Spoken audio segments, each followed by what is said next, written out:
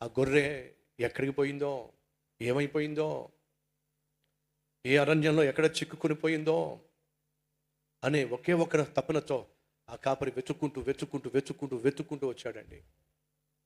ఎక్కడ చూసినా దొరకట్లా. తమ్ముడు చెల్లి వింటున్నావా? సహోదరుడు సహోదరి వింటున్నావా? యేసయ్య నీకోసమే ఈ లోకానికి వచ్చాడు. నువ్వు తప్పించుకొని తిరుగుతున్నావు, దేవునికి దొరకకుండా తిరుగుతున్నావు,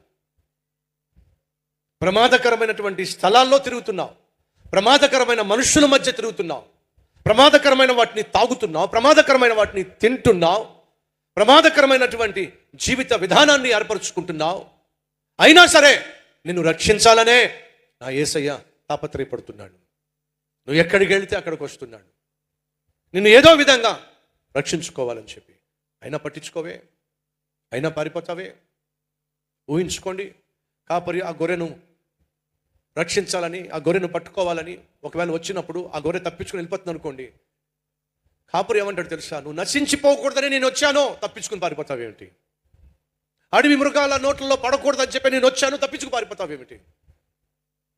కొండలు ఎక్కాడు, పర్వతాలు ఎక్కాడు, లోయల్లోకి వెళ్ళాడు, ఎంతో ప్రయాసపడి వెతుక్కుంటూ వస్తూ ఉంటే ఆ కాపరిని చూసి మళ్ళీ ఒకవేళ ఆ గొర్రె అటు ఇటు పరిగెడుతుంది అనుకోండి. ఆ గొర్రెల కాపరి ఏమంటాడు చెప్పండి?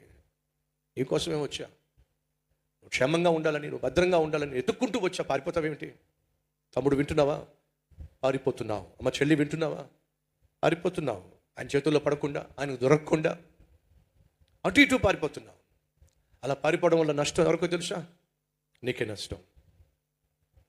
నువ్వు నష్టపోకూడదని, కష్టాలు పాలు కాకూడదని దేవుడు నిన్ను ప్రాణంగా ప్రేమించాడు కాబట్టే ఆయన పరుగు పరుగును వచ్చాడు.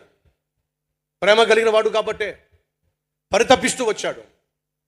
ఎప్పుడైతే ఆ గొర్రె ఆ కాపరి కంట పడిందో ఎంత సంతోషించాడు తెలుసా? చిక్కుకుపోయినా, గాయాలు పాలైపోయినా ఆ గొర్రెను చూసినప్పుడు ఆ కాపరి ఎంత సంతోషించాడు. దొరికింది, తప్పిపోయిన గొర్రె దొరికింది. ఎప్పుడైతే ఆ గొర్రె దొరికిందో ఆ కాపరి ఎంత సంతోషించాడో. ఆ తర్వాత ఏమైందో తెలుసా అండి? ఎన్ని రోజులు వెతికాడో మనకు తెలియదు, కానీ వెతికాడు. ఒకసారి ఊహించుకో, దేవుణ్ణి దూరం చేసుకొని, దేవుని సన్నిధికి నువ్వు దూరం అయిపోయి, ఒంటరిగా మిగిలిపోయి, గాయాలు పాలైపోయి, నవ్వులు పాలైపోయి, ఏడుస్తూ తిరిగిన సందర్భాలు నీ జీవితంలో ఎన్ని లేవో ఒకసారి జ్ఞాపకం పెట్టుకో. అలాంటి నిన్ను వెతకి రక్షించే తన చెంత చేర్చుకోవాలనే ప్రభువైన యేసుక్రీస్తు నీ దగ్గరకు వచ్చాడు.